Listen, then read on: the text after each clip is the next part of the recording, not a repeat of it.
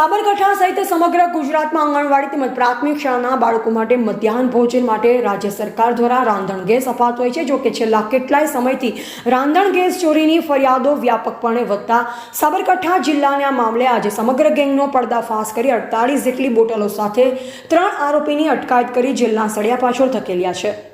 સાબરકાંઠા સહિત અન્ય જિલ્લાઓમાં છેલ્લા કેટલાક સમયથી આંગણવાડી તેમજ પ્રાથમિક શાળામાં ચાલતા મધ્યાહન ભોજન અંતર્ગત રાજ્ય સરકાર દ્વારા ફાળવવામાં આવેલ રાંધણ ગેસના બોટલોના ચોરીની ફરિયાદ મોટા પાયે વધી હતી।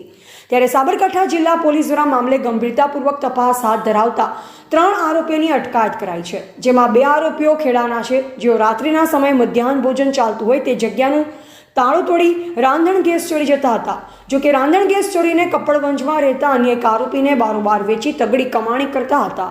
ત્યારે જિલ્લા પોલીસે હાલમાં 3 આરોપીને 40 જેટલા રાંધણ ગેસની બોટલ સાથે ઝડપી લેવામાં સફળતા મેળવી છે। સાથોસાથ 1 લાખથી વધારેના મુદ્દામાલ સાથે તમામને જેલના સળિયા પાછળ ધકેલવામાં સફળતા મળી છે। એવા રાજકમલસિંહ પરમાર, ભારતની અસ્મિતા, સાબરકાંઠા।